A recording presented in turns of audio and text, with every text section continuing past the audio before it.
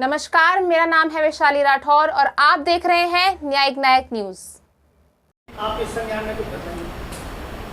आज बड़ा पवित्र दिन है कि सावित्रीबाई ज्योतिराव फुले ट्रस्ट के सैनी भवन में चौधरी इंद्राज सैनी जी के नेतृत्व में परम श्रद्धेय महाराज राघवेंद्र दास जी महाराज जो वृंदावन से हैं पधारे हैं दिल्ली में, और आप सब मीडिया के हमारे सभी पत्रकार बंधु, सावित्रीबाई ज्योतिराव फुले ट्रस्ट के तमाम पदाधिकारी, सैनी साहब, हमारी बहन जी और आप सभी लोग, दिल्ली जनता पार्टी के भी अध्यक्ष, सभी लोग यहाँ हैं। और वास्तव में बड़ा गंभीर विषय है। आज हमारे देश में भारतीय जनता पार्टी को 9 वर्ष शासनकाल में हो गए। सबका साथ, सबका विकास, सबका विश्वास, सबका साथ न्याय हो, ये नारा दिया। लोगों की इच्छा है तीसरी बार भी माननीय मोदी जी देश के प्रधानमंत्री बने। अच्छी बात है, बने, देश का भला हो। लेकिन इसके साथ साथ जो परम श्रद्धेय राघवेंद्र दास जी ने बात कही कि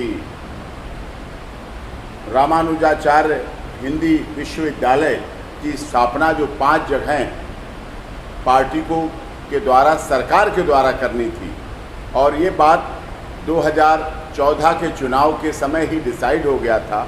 लेकिन 9 वर्ष होने के बाद भी अभी रामानुजाचार्य हिंदी विश्वविद्यालय जो देश के विभिन्न 5 जगहों पर बननी थी, उसका अभी शुभारंभ नहीं हो पाया है। वो होना चाहिए था। और उसके माननीय मोदी जी, माननीय तत्कालीन गृह मंत्री राजनाथ सिंह, वर्तमान रक्षा मंत्री राजनाथ सिंह और माननीय गृह मंत्री अमित शाह जी ने भी उस पर आश्वासन दिया था। आदरणीय राघवेंद्र दास जी मिले थे, सब लोग वहाँ मिले थे, भेंट वार्ता हुई थी, सैनी साहब भी साथ में थे और साथ लोग थे। तो इसके बाद अब समय है जब विदेशी भाषाएं, पाश्चात्य सभ्यता हमारे ऊपर पूरी तरह से हावी है और हम अपनी हिंदी विश्वविद्यालय नहीं बना पा रहे हैं, हम अपनी नई जनरेशन को हिंदी के प्रति आगाह नहीं कर रहे हैं, तो पाश्चात्य सभ्यता तो हावी हो रही है, जिसकी वजह से हमारे समाज में बहुत कुरीतियाँ आ रही हैं। और वो कुरीतियाँ किसी एक जाति, क्षेत्र, भाषा, संप्रदाय के लिए नहीं है, वो कुरीतियाँ सभी धर्म, सभी क्षेत्र, जाति, भाषा, संप्रदाय के लोगों के लिए हैं। हमारा देश सोने की चिड़िया, जगत गुरु बने तो कैसे बने, उसके लिए हमें कार्य करना पड़ेगा। माननीय मोदी जी कर रहे हैं, उनकी पार्टी कर रही है, भारत सरकार कर रही है, प्रदेशों के मुख्यमंत्री कर रहे हैं, और सावित्रीबाई ज्योतिराव फुले ट्रस्ट जैसे पदाधिकारी जो अपने विशाल सैनी भवन के माध्यम से यहाँ लोगों में, आम जनता में, दिल्ली की जनता में सुधार कर रहे हैं, बदलाव कर रहे हैं, सामाजिक जीवन ला रहे हैं और उनके लिए कार्य कर रहे हैं।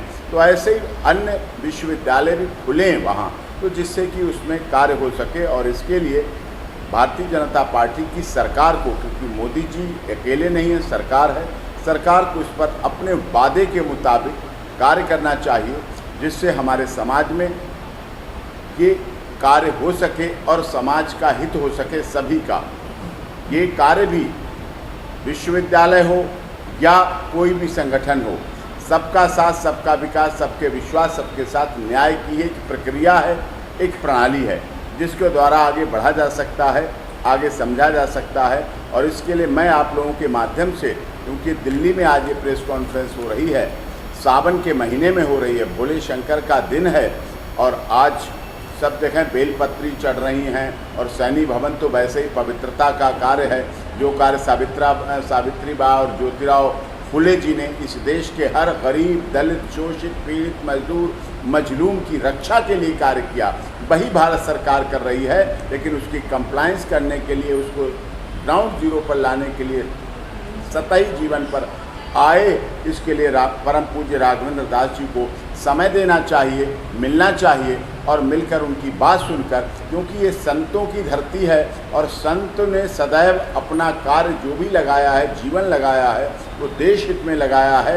यही संत हैं। जब हमारा पूजा पाठ समाप्त होता है, हमारी तो वसुधैव कुटुंबकम की भावना रही है, हमारा तो सर्वे भवन्तु सुखिना सर्वे सन्तु निरामया का रहा है। हमारा तो इस तरह से रहा है कि सब काम जो किए हैं वो अमल में दिखें, आगे बढ़ें और जब संत पूजन हवन करते हैं तब लास्ट में कहते हैं अपना कल्याण न हो, कि मेरे यजमान का कल्याण न हो, मेरे परिवार का कल्याण केवल न हो या यजमान के परिवार का कल्याण न हो, बल्कि विश्व के कल्याण की कामना करते हैं और नारा देते हैं विश्व का कल्याण हो, विश्व में सद्भावना हो, विश्व में प्यार हो। तो ऐसे संतों की बात अगर मानी जाएगी, उनसे वो मिलेंगे, तो जैसे प्रभु श्री राम मंदिर का भवन का निर्माण हो रहा है, जैसे काशी मथुरा और वृंदावन में सुधार हो रहा है, जैसे अमरनाथ यात्रा में सुचारू रूप से और माता वैष्णो देवी में कार्य हो रहा है, ऐसे ही इस तरह के कार्य हों और फिर से सावित्रीबाई ज्योतिराव के